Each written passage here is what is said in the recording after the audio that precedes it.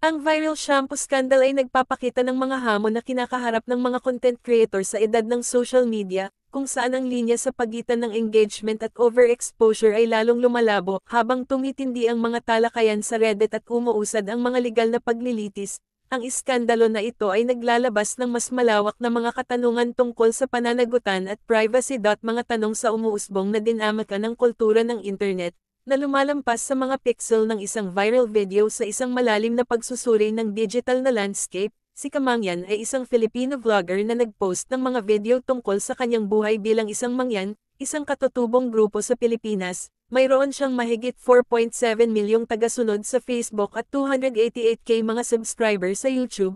Ang sikat na tagalikha ng nilalaman ay pangunahing nag-a-upload ng mga video ng kanyang pang-araw-araw na gawain, tulad ng pangingisda, pagluluto, pagsasaka, at paggalugad sa kalikasan. Bukod dito, ipinakita rin niya